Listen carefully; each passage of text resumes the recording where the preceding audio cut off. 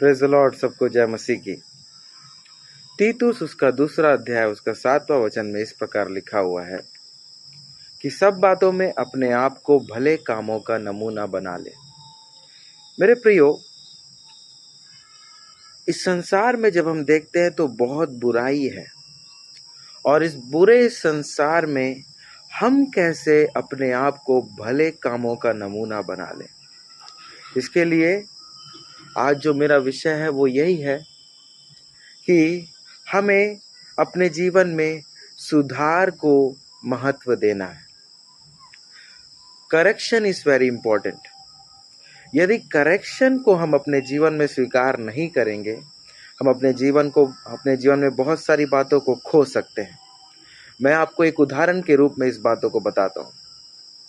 आपको याद होगा एक मनुष्य जो मरकुस 10वें अध्याय में जब हम पढ़ेंगे वहां पर लिखा हुआ है, मरकुस 10वां अध्याय उसका 17वें वचन में, कि एक मनुष्य आया जो बहुत धनवान था, और वो धनवान मनुष्य यीशु के पास आकर यीशु से कहता है, हे उत्तम गुरु, अनंत जीवन पाने के लिए, और अगर हम लूका 18 देखते हैं वहां पर लिखा हुआ है, अनंत जीवन का अधिकारी होने के लिए मैं क्या करूं। यीशु उससे कहता है, सबसे पहली चीज यीशु उससे कहता है कि तू मुझे उत्तम क्यों कहता है? कोई उत्तम नहीं, सिर्फ एक, अर्थात परमेश्वर। सबसे पहली चीज हमको हमेशा याद रखना है कि इस संसार में कोई भी उत्तम नहीं है परमेश्वर को छोड़कर। परमेश्वर को छोड़कर कोई भी उत्तम नहीं है। इसका मतलब ये नहीं है मेरे प्रियो कि हम उत्तम बनने का कोशिश ना करें। पौलुस कहता है, यह नहीं कि मैं पा चुका, लेकिन मैं पाने के लिए मेहनत करता हूँ। मैं उस इनाम को पाने के लिए दौड़ा चला जाता हूँ। मैं हवा से कूदता हूँ, पीटता हूँ, लड़ता हूँ, ताकि उस काम को पा सकूं, ताकि उस इनाम को पा सकूं। मेरे प्रियो, हमें यीशु के आगमन तक तैयारी करना है, क्योंकि वचन में लिखा हुआ है कि अब जो तुम्हारे जीवन में भले काम को शुरू किया है वो अपने आगमन तक उसको करता रहे। तो मेरे प्रियो, हमें सुधार को अपने जीवन में महत्व देने की आवश्यकता है।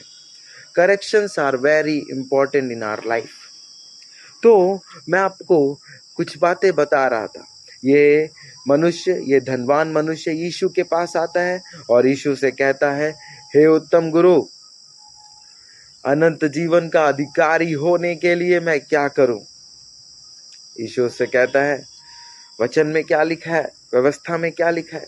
तो यीशु के सामने वो व्यवस्थाओं को खोलकर कहने लगता है, यीशु के सामने वो व्यवस्था की आज्ञाओं को बताने लगता है कि वचन में लिखा है, हत्या ना करना, चोरी ना करना, व्यभिचार ना करना, माता पिता का आज्ञाकारी होना। तो वो यीशु से कहता है, यीशु, ये सारी बातें तो मैं लड़कपन से मानता आया हूं। यीशु उसे बड़े प्यार से देखता है और कहता है, तुझ में एक बात की घटी है, तुझ में एक बात की घटी है। और यीशु उसे बताता है कि तू जा और अपने धन को तू कंगालों को दे दे और मेरे पीछे हो ले, और स्वर्ग राज्य में तुझे धन मिलेगा। जैसे वो इस बात को सुनता है, वो यीशु के पास से चला जाता है, क्योंकि वो धन से बहुत ज्यादा प्यार करता है। मेरे प्रियो, उसी प्रकार से हमारे जीवन में भी कुछ कुछ बातें हैं जिससे हमें लगाव है। लेकिन मेरे प्रियो, हमारा इस दुनिया में अनेक अनेक चीजों से लगाव परमेश्वर के अनुग्रह से हमें अलग कर सकता है।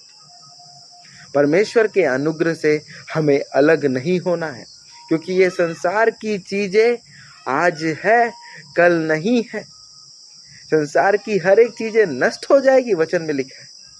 लेकिन स्वर्ग जो है हमारे लिए, जो परमेश्वर ने रखा है, वो अनंत काल तक के लिए है, जो कभी नाश नहीं होगा।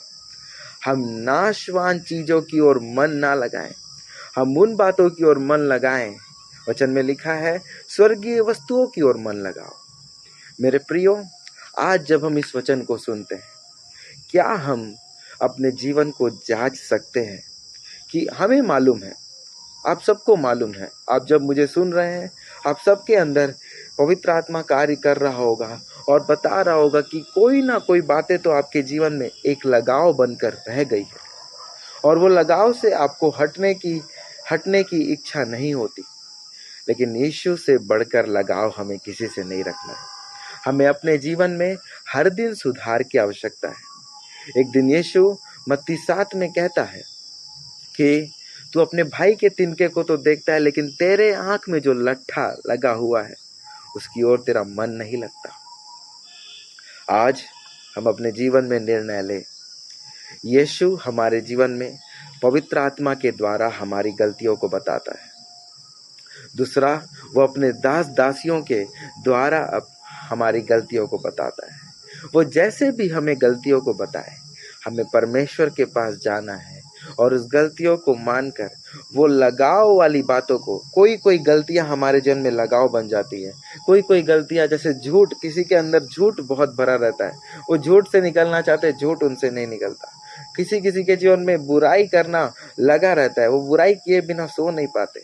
मेरे प्रियो, परमेश्वर हमसे बहुत प्यार करता है।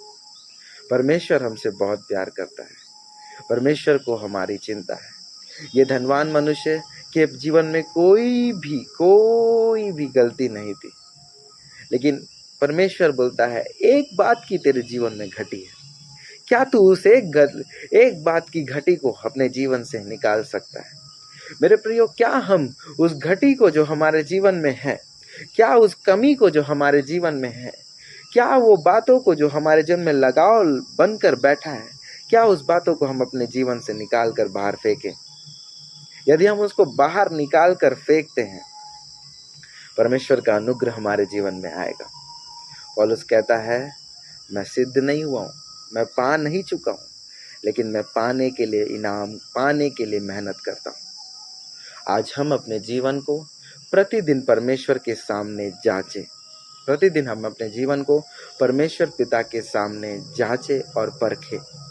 और जब हम अपने आप को जांचें और परखें, जब वो हमें करेक्ट करने की कोशिश करता है, जब हमें वो सिखाने की कोशिश करता है, वो हमारा चरवाहा है और वो हमारे जीवन में कमी और घटी नहीं देखना चाहता। आइए हम अपने जीवन को परमेश्वर के हाथों में दें, ताकि परमेश्वर हमारे जीवन के हर एक कमियों को हटाए, हर एक घटियों को हटाए और हमारे जीवन में एक नया सुधार प्रतिदिन आता जाए। एक नया सुधार हमारे जीवन में प्रतिदिन आता जाए। जैसे जैसे हम सुधार के रास्ते में बढ़ते जाएंगे, हम अपने मुकाम को पाएंगे। जब मिस्री लोगों की गुलामी से इजरायली आजाद हुए, वो सुधार के रास्ते में बढ़ते गए ताकि वायदे के देश में प्रवेश कर पाए। हम और आप एक सुधार के रास्ते में। यीशु प्रतिदिन हमसे बात करने वाला परमेश्वर है। वचन हमसे प्रतिदिन बात करने वाला है। पवित्र आत्मा हमसे बात करने वाला है। हम प्रतिदिन सुधार के रास्ते में मेरे प्रियो चलते रहें। हम करेक्शन से मुंह ना मोड़े, सुधार से मुंह ना मोड़े, ताकि उस इनाम को हम जरूर पा पाए। प्रभु इस वचन के द्वारा आप सभी को बहुत ऐसे आशीष दे। आमीन।